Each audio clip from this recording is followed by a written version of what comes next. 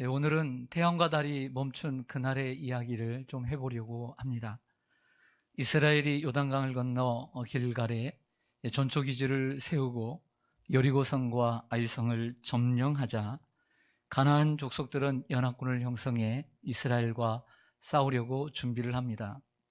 하지만 3일 거리에 있던 기브온 족속이 이스라엘에 항복함으로 평화조약, 불가침 조약을 체결하게 됩니다. 이 사실을 알게 된 가나안 연합군은 연합전선에 이상이 생긴 것을 알고 비상이 걸렸습니다.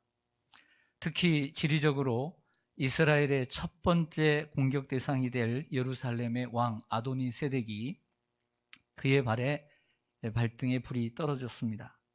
그래서 남쪽에 있는 왕들에게 사람을 보내서 함께 올라와 기브온을 치자, 와서 우리를 도와달라라고 요청을 합니다.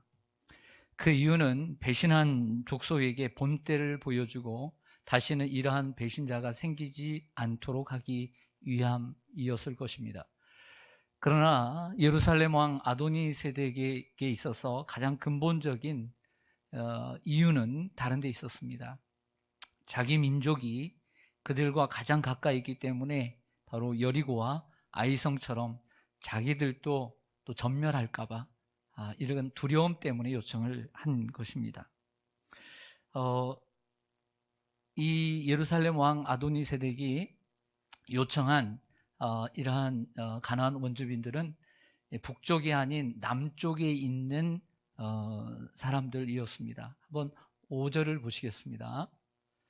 여호수아 10장 5절을 보면 아모리 족속의 5 왕들 곧 예루살렘 왕과 헤브론 왕과 야르뭇 왕과 라기스 왕과 에글론 왕이 함께 모여 자기들의 모든 군대를 거느리고 올라와 누구에게 대진을 했습니까?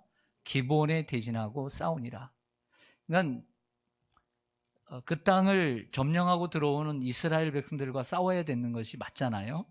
그런데 먼저 배신한 이 기브온 족속에게 대진하고 싸우게 되었습니다. 제가 지도를 좀 준비를 했습니다.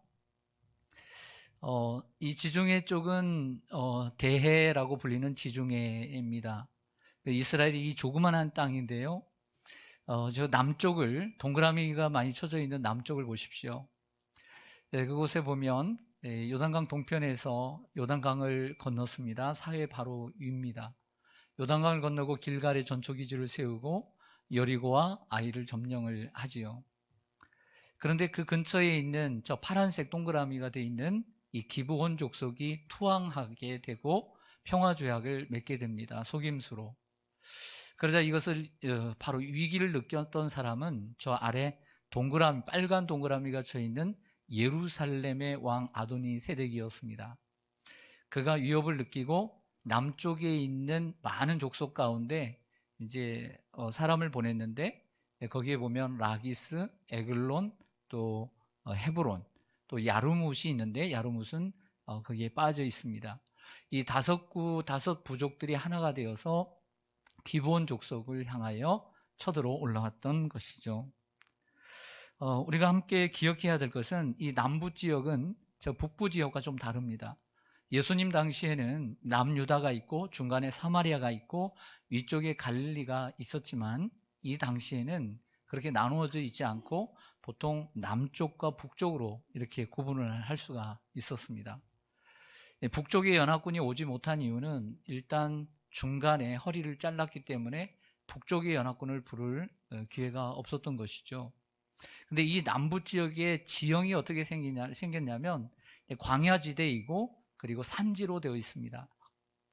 높은 산들이 많이 이루어져 있는데 산지가 아니더라도 산보다는 낮은 언덕들로 이루어져 있고 비탈길이 많은 구릉지대. 여러분들이 국어사전에 구릉지대를 찾아보게 되면 언덕, 산보다는 낮고 언덕들이 많고 비탈길로 되어 있다. 이렇게 설명이 되어 있어요.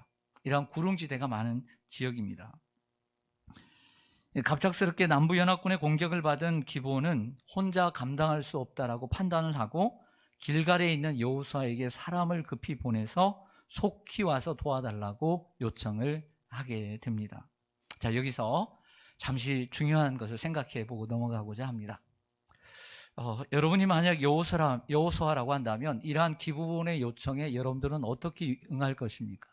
가서 도와줄 것입니까? 아니면 모른 척하고 넘어가겠습니까? 전 세계적으로 많은 전쟁이 일어나는 가운데 특별히 러시아가 우크라이나를 오늘 침략을 하고 계속 전쟁은 되고 있습니다. 이제 지역적인 전쟁을 멈추고 러시아는 본격적인 전쟁을 나섰다고 오늘 다시 뉴스가 나왔습니다.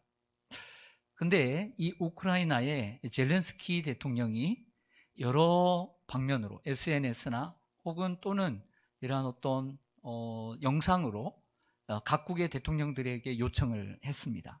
우리나라도 요청을 받았습니다. 하지만 우리나라는 군사적인 이러한 지원을 하지 않겠다라고 선을 그었습니다. 왜 그랬을까요? 또 도와주면 되는데. 여러 가지 복잡한 상황을 고려했겠죠. 그런 것처럼 누군가가 손을 내밀고 요청을 했을 때, 특별히 전쟁 중에 그들의 손을 덥석 잡아주는 것은 쉬운 일이 아닌 거예요, 여러분. 그러므로 오늘 이 상황 가운데 우리도 한번 생각하고 넘어가야 되는 거예요. 그 요청에 우리가 어떻게 응할 것인가? 한번 응한다면 내 목숨을 내걸고 싸워야 되는 생각을 갖고 나가야 되겠죠. 이런 생각을 해보았습니다. 여호수아 입장에서 도와주고 싶지 않은 생각도 들었을 거예요. 왜냐하면 기브온 족속은 얼마 전에 거짓말과 속임수로 자기들을 속이고 조약을 맺었을 뿐만 아니라 그 조약을 맺은 사실로 백성들의 원망을 이 지도자가 들었기 때문이에요. 만약 여호수아가 원군 요청에 응하지 않았다면 기브온은 멸망을 했을 것이고 그들과 맺은 언약에 더 이상 매일 필요가 없겠죠. 사실 이스라엘의 목적이 무엇입니까? 가나안 정복이에요.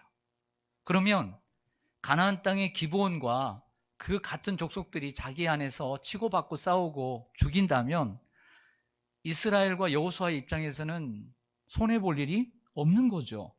그리고 조약 체결한 것도 끝까지 지키지 않아도 될 일이에요. 만약에 기브온들이 살아남아서 나중에 시비를 걸어도 그 연합군을 우리가 물리칠 수 없었다고, 그리고 거리가 멀었다라고 여러 가지 핑계를 대면 되는 거예요. 하지만 여호수아는 여호와의 이름으로 맺은 그 조약을 깰 수 없었고 신의를 지키기 위해 모든 군대를 동원해 기브온을 도우려고 지체하지 않고 밤새도록 올라갑니다. 하나님은 오늘 여호수아 10장에 주는 첫 번째 메시지, 여기에 있습니다. 하나님은 우리의 판단이 하나님이 기뻐하실 때 그 판단을 기뻐하시고 우리를 격려하십니다. 이거 중요합니다. 하나님이 기뻐하신 이유는 여호수아가 손해가 될 수도 있고 피해가 될 수도 있지만 하나님의 이름, 그 하나님의 이름이 불명예스럽게 이방인들에게 비치고 싶지 않았던 것이죠. 자신의 손익보다는 하나님의 이름의 그 명예를 떨어뜨리고 싶지 않아서 그 싸움에 나가게 됐던 것이죠. 이것을 하나님은 그의 판단을 기뻐하시고 하나님은 이처럼 말씀하십니다. 여호수아 10장 17, 8절입니다. 그때에, 바로 지금 제가 얘기했던 바로 그때 여호와께서 여호수아에게 나타나 말씀합니다. 그들을 두려워하지 말라. 내가 그들을 내 원수의 내 손에 넘겨주었으니 그들 중에서 한 사람도 너를 당할 자 없으리라 하신지라. 아멘. 이 말은 하나님께서 그 여호수아의 판단을 기뻐하셨다는 증거예요. 하나님은 여호수아에게 그들을 두려워하지 말라. 내가 그들을 너의 손에 넘겨줄 것이고 그들 중에 한 사람도 너를 능히 당할 자가 없으리라. 이 말씀을 여호수아가 판단하고 난 다음에 하신 거예요. 그러므로 여호수아의 판단은, 전쟁에 참여하겠다라고 하는 이러한 판단은 하나님이 기뻐하신 거예요. 우리는 삶을 살아가면서 판단을 해야 될 때가 있습니다. 그 판단을 할 때 때로는 내게 손해가 될 수 있고 육체적으로 손해가 될 수 있고 물질적으로 손해가 될 수 있는 일이지만 기도할 때 성령의 인도하신 가운데 이것은 그래도 하나님이 기뻐하시는 일이니 내가 비록 힘들지라도 내가 이것을 해야 되겠다라고 판단할 때 하나님은 그 판단을 보시고 우리를 격려하시는 거예요. 오늘 본문에서 주는 첫 번째 메시지는 하나님은 자신에게 신실한 자들을 격려하신다. 하나님은 고향과 친척과 아비집을 떠나 갈 바를 알지 못하고 약속의 땅으로 가는 아브라함을 찾아와 이렇게 격려하십니다. 너로 큰 민족을 이루고 복을 주어 내 이름을 창대케 하리니 너는 복이 될지라. 격려하십니다.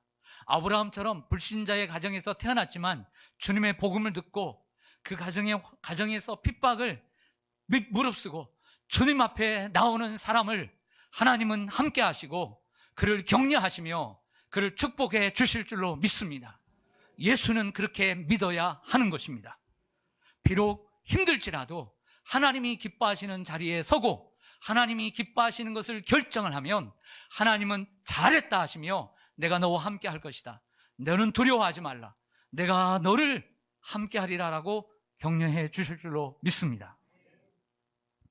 사도행전 18장에 보면 그 사도 바울이 2차 선교여행을 갈 때 유럽으로까지 성령이 인도하셔서 넘어가게 됩니다. 그러다가 고린도까지 가서 복음을 전하는데 유대인들에게 예수는 그리스도라고 밝히 전하자 그들이 바울을 대적하고 비방을 하고 핍박을 하게 되었습니다. 그래서 바울이 고린도 안에서 또 다른 지역으로 또 옮겨서 복음을 전할 때 하나님께서 한밤중에 나타나셔서 이런 말씀을 하셨습니다. 네, 올려주시죠. 네. 사도행전 18장 9절 여러분들 같이 읽었으면 좋겠어요. 시작. 두려워하지 말며 침묵하지 말고 말하라. 내가 너와 함께 있음에 어떤 사람도 너를 대적하여 해롭게 할 자가 없을 것이니 이는 이 성 중에 내 백성이 많음이라. 아멘. 힘들고 어렵고 복음을 전하다가 핍박을 받고 고난이 당하지만 포기하지 않고 다른 마을들로 옮겨서 복음을 전하는 바울에게 예수님이 나타나셔서 말씀하십니다. 두려워하지 말라. 침묵하지 말고 말하라. 내가 너와 함께 있을 것이다. 어떤 사람도 너를 대적하여 해롭게 할 자가 없을 것이다. 이 고린도 성에 내 백성, 하나님의 백성이 많다. 격려하신 거죠. 근데 이 말씀이 좀 전에 읽은 하나님께서 그 판단을 하실 때 여호수아에게 나타나셔서 하신 말씀과 너무 똑같지 않아요? 같은 말씀이에요. 여러분, 하나님이 누구와 함께 하실까요? 하나님 나와 함께 해주세요. 이렇게 기도만 하는 사람에게 함께 하실까요? 아닙니다. 여호수아처럼 하나님을 위해 손해와 위험을 감수하고 신의를 지키는 자들을 하나님이 함께 하시고 찾아와 격려하십니다. 하나님께서 내 편에 서시기를 기다리지 말고 내가 먼저 하나님 편에 서야 합니다. 그럴 때 하나님이 기뻐하십니다.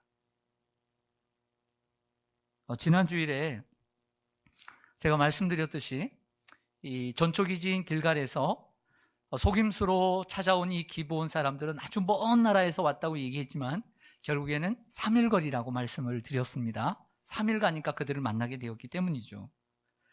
그런데 지금은 그리 멀지 않는 3일 길이지만 한시가 급한 전시 상황입니다. 그래서 여호수아는 이 소식을 듣자마자 군사를 모으고 야, 내일 아침에 갈 테니까 오늘 밤 푹 자도 이렇게 말하지 않고 오늘 성경을 보니까 계속 그 한밤중에 밤새도록 올라갔다라고 성경은 기록해 주고 있어요.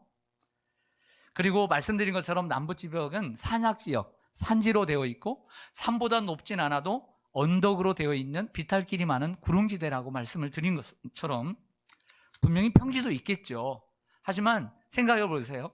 3일 길을 빨리 가려면 편한 길로 가야 될까요? 아니면 산을 타고 가야 될까요? 산을 타고 가야죠. 한시가 급한 상황인데요. 위험 부담이 있어도 산을 선택해야만 합니다. 제가 1990년도 2월 달에 군대를 갔는데요. 군대 생활을 할 때 가끔입니다. 군단이나 또 사단급 훈련을 할 때가 있었어요. 제가 직접 참여한 훈련은 아니었는데 우리 사단 수색대 내 12개 소대 가운데 810 소대라고 가장 강한 소대가 있었는데 뽑혀가지고 대항군으로 참여하게 됐던 훈련이 있었습니다. 나중에 돌아와서 들은 이야기인데 좀 더 빨리 작전을 수행하기 위해서 편한 길로 가지 않고 밤새도록요, 그 한밤중에, 그것도 걸어서가 아니라 뛰어서 산을 넘고 골짜기를 지나서 산을 타고 와서 먼저 적진을 탈환하고 우승을 차지하고 왔던 일이 있습니다. 그 소대의 선임하사가 강한 리더십으로 밀어붙였던 것으로 생각이 들어요. 아주 정말 강한 소대였습니다. 이처럼 여러분, 우리가 전쟁에 승리하기 위해서는 편안하고 적당히 할 수 없습니다. 그리고 여호수아처럼 오늘 일을 내일로 미뤄서는 안 되는 거예요. 로마 교회를 향한 바울의 권면을 들어보세요. 부지런하여 게으르지 말고 열심을 품고 주를 섬기라 그랬어요. 바울 자신의 고백을 들어보세요. 골로새서에 보면 성령의 역사를 따라 내가 힘을 다하여 수고하노라. 기도원의 300용사와 같이 비록 피곤하나 따라야 합니다. 서머나교회 성도들에게 주셨던 예수님의 말씀처럼 죽도록 충성해야 생명의 관을 얻을 수 있는 것입니다. 여호수아는 지칠 줄 모르는 열정, 그 열정을 가지고 있었습니다. 내 마음이 기쁘면 열정을 가지고 일하다가 내 마음이 맞지 않고 상하면 열정이 식어버리는 그런 열정이 아니었습니다. 어느 때나 뜨거운 열정, 변함없는 열정, 사람들과 환경에 치우치지 않고 좌로나 치우치지 않는 열정이었습니다. 여호수아 10장 10절로 한번 가보겠습니다. 자, 이 상황이 되었습니다. 그리고 이 말씀이 속 들어옵니다. 여호와께서 그들을 이스라엘 앞에서 패하게 하심으로 여호수아가 그들을 기브온에서 크게 살육하고 벤호론에 올라가는 비탈에서 추격하여 아세가와 막대가까지 이르니라. 아멘. 무슨 말씀입니까? 여호수아가 밤새도록 판단하고 결정하고 행동으로 옮기고 밤새도록 올라와 새벽에 도착해서 그들을 쳤을 때 그들이 얼마나 놀랐는지, 그리고 그들을 사륙하고 죽이니까 얼마나 놀랐는지 고향으로 도망을 간다는 거예요.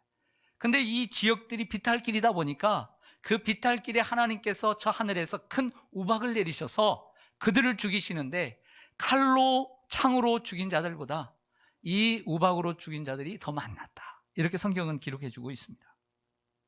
여호와께서 그들을 이스라엘 앞에서 패하게 하셨다는 이러한 말씀은 하나님께서 여호수아의 이러한 여호수아와 군대의 행동을 기뻐하셨음을 증명해 주는 것입니다. 가나안의 남부 연합군은 이렇게 빨리 이스라엘 군대가 올 거라고 생각 못 했을 것입니다. 왜? 적어도 3일 길이니까. 우리가 지금 왔는데 이 소식을 아무리 빨리 전한다 하더라도 며칠은 걸릴까? 내일 아니면 모레 정도는 올 거라고 생각했지만, 그래서 오기 전에 치기로 생각을 했는데 이처럼 한밤중에 와서 기습을 해버리니까 너무 놀래버린 거예요. 그리고 오늘 2절에 보면 이 예루살렘 왕 이 아도니세덱은 그전과는 달리 두려워하고 있었어요.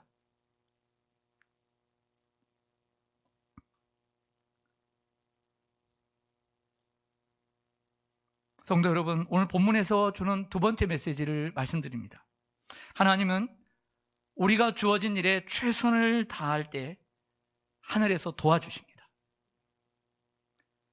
우리에게 맡겨진 일을 우리가 최선을 다할 때, 열정을 다해서 일할 때 저 하늘에서 우박을 내려서 도와주신 것처럼 하나님이 우리를 도와주실 줄로 믿습니다. 하나님은 작은 달란트라도 최선을 다하는 사람에게 상을 주시고요, 게으르고 나태한 사람보다 착하고 충성된 종들에게 칭찬을 하십니다. 자, 오늘 본문과 유사한 본문을 가져올게요. 그것은 창세기 14장입니다. 창세기 14장 아브라함의 이야기 가운데 이삭을 낳기 전에 아들과 같이 여기는 조카 롯이 있었습니다. 조카 롯과 함께 생활하다 보니까 양떼가 많고 소떼가 늘어나니까 불편하게 되었어요. 그래서 조카가 우리 함께 거하면 안 되겠다 라고 얘기를 하자 아브라함이 동서남북을 보이면서 네가 원하는 땅으로 가라, 좋은 땅을 네가 가져라, 양보를 해요. 조카하고 싸우고 싶지 않아서. 그러니까 그가 좋은 땅을 선택해 갔는데 그가 마지막에 도착한 곳은 소돔이라고 하는 땅이었죠. 근데 이 소돔과 고모라가 연합군이 신할과 엘람이라는 연합군 사이에 전쟁을 하게 됩니다. 근데 소돔과 고모라가 져요. 그래서 소돔에 살고 있던 롯과 그의 가족과 모든 재산들을 빼앗겨 가게 됩니다. 이 소식을 들은 아브라함이 가신 집에서 길러온 318명의 용사들을 모으고 여기서도 똑같이 밤새도록 북쪽에 있는 단까지 올라가 그 엘람의 연합군들을 치고 소돔 이 롯과 그의 가족들과 그리고 그 재산들과 소돔 사람들을 구출해서 데려오게 됩니다. 돌아올 때 하나님의 제사장인 살렘왕 멜기세덱이 떡과 포도주를 준비해서 가져와서 아브라함을 축복하죠. 그리고 지극히 높으신 하나님을 찬양합니다. 이를 통해 하나님께서 아브라함의 행위를 하나님이 기뻐하셨음을 증명해 보이십니다. 아브라함아, 참 잘했다.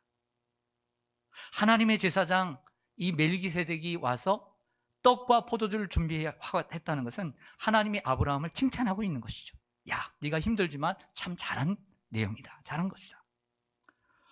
아브라함 자신이 얻은 것에서 10분의 1을 멜기세덱에게 주고 나머지 모두를 소돔 왕에게 주어서 사람들에게 나눠주게 합니다. 롯을 구한 아브라함의 이야기는 기브온을 구한 여호수아의 이야기와 많이 닮아있다라고 생각이 들었어요. 그렇지 않습니까? 멀리서 쉬지 않고 달려간 내용적인 면에서도 그렇지만 의미적인 면에서도 닮아 있습니다. 주어진 일에 최선을 다하는 모습을 하나님께서는 기뻐하시고 저 하늘에서 도우신다는 것을 기억하는 저와 여러분 되시기를 간절히 소망합니다. 귀향에 하나님이 내게 주시고 내가 판단하고 내가 하는 일이라면 우리가 최선을 다해서 해야 할 필요가 있습니다. 오늘 제가 어떤 본문을 주보에 넣을까 고민을 하다가 오늘 1절부터 8절까지 넣을까 생각하다가 오늘 12절부터 15절까지 넣은 이유는 오늘 본문의 제목과 설교의 제목이 바로 이 태양과 달을 멈춘 그날의 이야기이기 때문에 그 본문이 들어있는 이 본문을 넣습니다. 그런데 이 기브온을 도와서 그들을 구출해낸 이야기는 전쟁이 2단계로 나눠집니다. 1단계는 지금까지입니다. 1단계는 여기까지. 그 2단계는 그 빌탈길로 우박을 맞고 도망가는 남부연합군의 5 왕들과 그 나머지 그 남부연합군을 치는 이런 이야기입니다. 그런데 점점 해는 중천에서 서쪽으로 넘어지고 있었고 기울어지고 몇 시간 있으면 저녁이 올 것 같습니다. 여호수아는 참 판단이 빠른 판단력이 좋은 사람이었어요. 남부연합군을 오늘 치지 않으면 그들은 자기의 성읍으로 들어가 숨을 것이고 어려운 전쟁이 오래 지속될 것이라고 판단한 거죠. 그래서 그 기회를 놓치지 않고 했던 기도가 바로 이 기도입니다. 너무나 유명한 기도죠. 여호와께서 아모리 사람을 이스라엘 자손에게 넘겨주시던 날에 여호수아가 여호와께 아뢰되 이스라엘의 목전에서 이르되 태양아 너는 기브온 위에 머무르라 달아 너도 아얄론 골짜기에서 그리할지어다 하매. 아멘. 여러분, 이 기도를 하는 것이죠. 그 판단력 보세요. 그리고 하나님께서 이 날 나에게 주신 축복의 날이다 놓치지 않고요 기도하는데 태양아 너는 저 기브온 위에 머물러 있어. 그리고 저 반대쪽에 있는 달을 향해서 달아 너는 그쪽이 아얄론 쪽이었나 봐요. 아얄론 바로 그곳에 너 그대로 있어라. 이렇게 한 거죠. 한번 따라가겠습니다. 태양아 멈춰라. 달아 너도 그리할지어다. 여러분 대단합니다. 이런 기도를 할 수 있다니. 네. 자, 이 기도를 제가 몇 가지 특징으로 한번 생각해 보았습니다. 저 노란색 글씨를 순서대로 말씀을 드립니다. 먼저는 첫째는 여호수아의 기도는 때를 놓치지 않는 기도였다. 즉 하나님께서 이 아모리 사람을 이스라엘 자손에게 넘겨주시던 날이라고 판단을 한 거예요. 여러분 세상 만사는 다 뭐가 있다? 때가 있죠. 때가 있어. 시기가 있어. 그래서처럼 기도도 때가 있는 줄로 믿습니다. 자, 이 말은 오해하지 마세요. 야, 오늘 기도할 때가 있고 기도를 쉴 때가 있어. 그런 얘기를 하는 게 아니에요. 성경은 쉬지 말고 기도하라고 그랬어요. 항상 기도하라고 그랬어요. 그래서 여기서 기도의 때가 있다라고 하는 것은 기도의 제목이 때가 있다는 거예요. 기도의 종류가 때가 있다는 말을 하는 것입니다. 자, 부모님 다 돌아가셨습니다. 돌아가시고 난 다음에 하나님, 우리 아버지 어머니 구원해 주세요. 무슨 소용이 있느냐 말이에요. 네? 우리 자녀들에게도 자녀를 위해서 기도할 다 때가 있는 것이죠. 우리에게 그 기도의 때를 놓치지 말아야 합니다.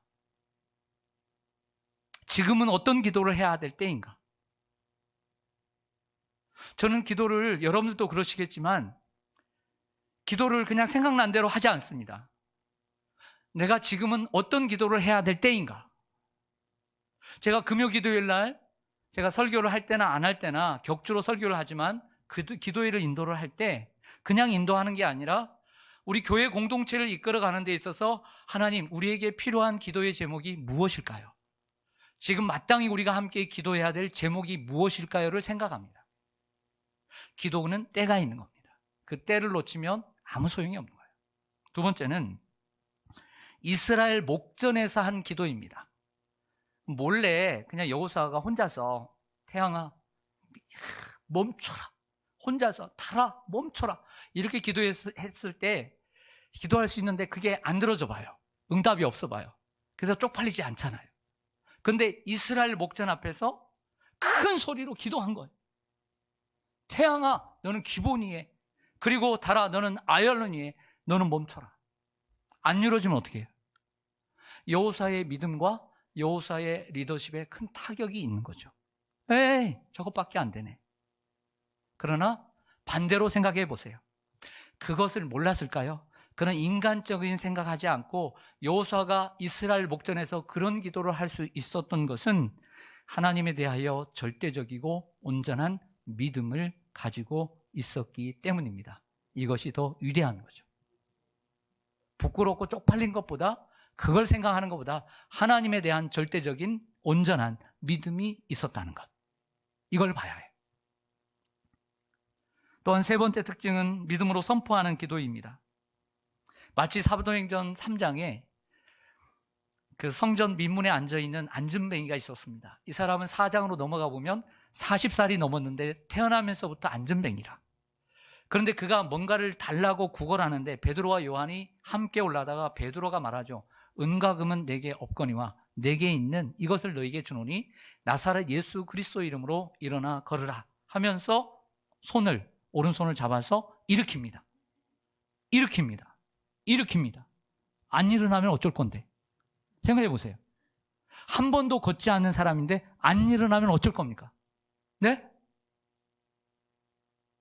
여기서도 우리가 생각해야 할 것은 안 일어나서 그 나머지 일이 중요한 게 아니라 베드로가 그만큼 예수 그리스도에 대하여 믿음이 있었기 때문이에요. 그걸 봐야 돼요. 분명히 이런 기도는 위험스럽고 주의할 만한 기도 중에 하나입니다. 물론 하나님의 살아계심을 보이기 위해서 이런 기도도 우리가 해야 할 때가 있습니다. 선포해야 될 때가 있습니다. 누가 가족이 아프거나 이웃이 아플 때 예수를 믿으면 나을 것입니다. 할렐루야. 당신의 병은 예수를 믿으면 나을 병입니다. 할렐루야. 이렇게 우리가 담대하게 선포해야 합니다. 그런데 아이고, 낫지 않으면 어떻게 하지 내가 나중에? 이웃집 이 사람을 어떻게 보지, 이 아줌마를? 이런 생각보다 우리가 마음에 감동이 오면 선생님, 아주머니, 예수 믿으면 나아요. 이렇게 선포하는 믿음이 필요합니다. 할렐루야. 그래야 전도를 하죠. 그러나 이런 기도를 너무 남발하거나 자신의 믿음이 참 좋다는 것을 자랑하기 위해서 이런 기도를 하면 안 되는 것이죠. 네 번째 특징은 이 여호수아의 기도는 스케일이 큰 기도였어요. 그 기도의 규모가 어마어마했어요. 엘리야처럼 비가 오지 않게 해주세요, 이런 기도도 아니고, 바람아 파도야 잠잠하라 하는 것도 아니고, 태양과 달을 멈추래요. 그렇죠? 어마어마하죠. 태양과 달을 멈춰달라고 기도합니다. 그러나 태양과 달을 멈춰달라는 기도는 때에 맞는 기도였습니다. 태양과 달이 멈춰야 그날의 남부 연합군을 칠 수 있었기 때문이죠. 그 바른 목적을 위해서 이러한 믿음의 기도가 태어나게 된 거죠. 결국 여호수아의 기도는 하나님의 마음에 합한 기도이고 하나님이 기뻐하시는 기도가 되었기 때문에 응답이 된 줄 믿습니다. 여호수아 10장 14절을 보시겠습니다. 여러분들 한번 읽어주시면 고맙겠습니다. 시작.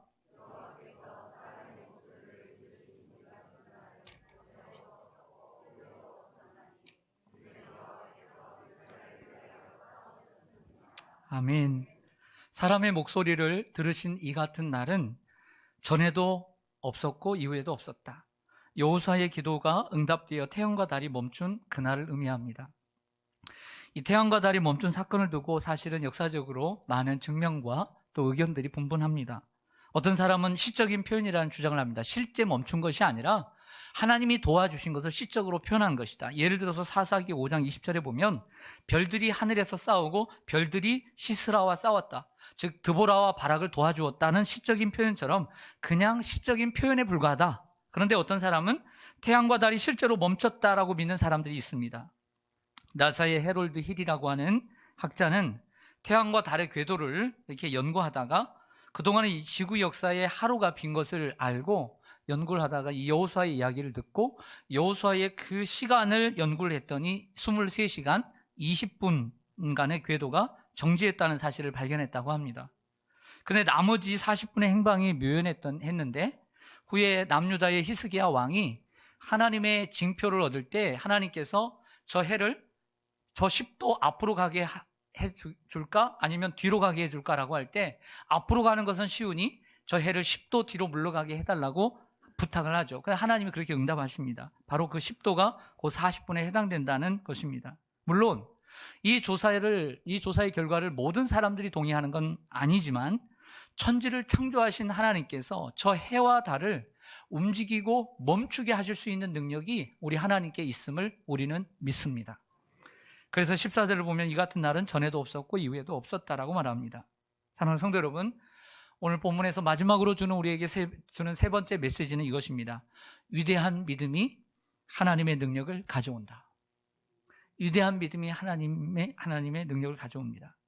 여러분, 저는 요즘 이런 기도를 많이 합니다. 하나님, 저에게는 기적이 필요합니다. 여러분, 우리가 살다 보면 기적이 필요할까요? 안 필요할까요? 필요하죠.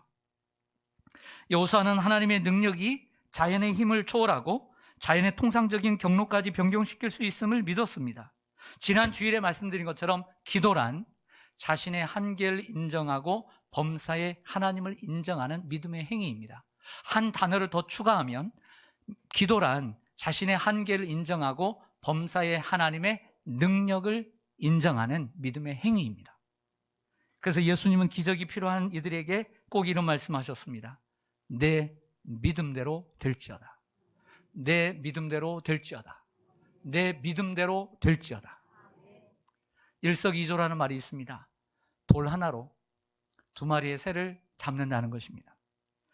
한 가지의 일로 두 가지 또는 그 이상의 이득을 얻음을 이루는 말입니다. 그러나 오늘 여호수아 10장의 본문은 이런 단어로 바꿀 수 있습니다. 일석오조. 한 가지의 일로 다섯 왕을 모두 죽이고 섬멸하는 계기가 되었습니다. 여호수아의 바른 판단, 전쟁에 참여해야 되는지 말아야 되는지 결정했을 때 지치지 않게 밤새 올라가는 그의 열정, 그리고 하나님이 저들을 주신 그 날을 놓치지 않고 위대한 믿음의 기도를 드린 그 행위, 가나안 남부 연합군의 다섯 왕을 죽이고 가나안 남부 지역을 정복하는 중요한 계기가 되었습니다. 사실 하루에 남부 지역을 모두 탈환한 것은 아니지만 다섯 왕을 죽임으로써 남부 지역의 기세는 꺾였고 손쉽게 정복할 수 있으므로 오늘 남부 지역의 모든 정복의 역사를 한 장에 모두 모아놓고 있습니다. 시온산교회 성도 여러분, 우리 예수님께서 이런 말씀하셨습니다. 너희는 먼저 그의 나라와 그의 의를 구하라. 그리하면 이 모든 것을 너희에게 더하시리라. 여호수아는 올라와 도와달라는 기본의 요청을 거절하지 않고 신의를 지켰습니다. 하나님은 그런 여호수아를 두려워하지 말라며 찾아와 격려하셨습니다. 여호수아는 지치지 않는 열정으로 올라가 용맹스럽게 싸웠습니다. 하나님은 그런 여호수아를 저 하늘에서 우박으로 도우셨습니다. 여호수아가 때를 알고 믿음으로 기도할 때 하나님은 저 태양과 달을 멈추게 하시고 이스라엘을 위해, 오늘 말씀 14절, 15절, 16절 보면 하나님께서 이스라엘을 위하여 싸우셨습니다. 우리 성도님들에게 정말 제가 권면하고 부탁드립니다. 우리는 판단과 선택의 기로에 서 살아갑니다. 바른 판단을 할 때 하나님 기뻐하십니다. 하지만 잘못된 판단을 할 때 하나님이 싫어하시죠. 바른 판단을 하는 은혜가 있기를 원합니다. 그리고 판단의 기준이 무엇입니까? 여러분, 판단의 기준을 어디에 두고 있습니까? 그리고 판단을 했으면 용맹스럽게, 지치지 않게 최선을 다해서 우리가 싸워야 될 줄로 믿습니다. 그리고 하나님의 때를 기다리고 하나님의 능력을 믿고 힘써 위대한 믿음으로 기도하는 성도인들 되어서 하나님이 여러분들의 편이 되시기를 간절히 소망합니다. 아멘. 기도하겠습니다.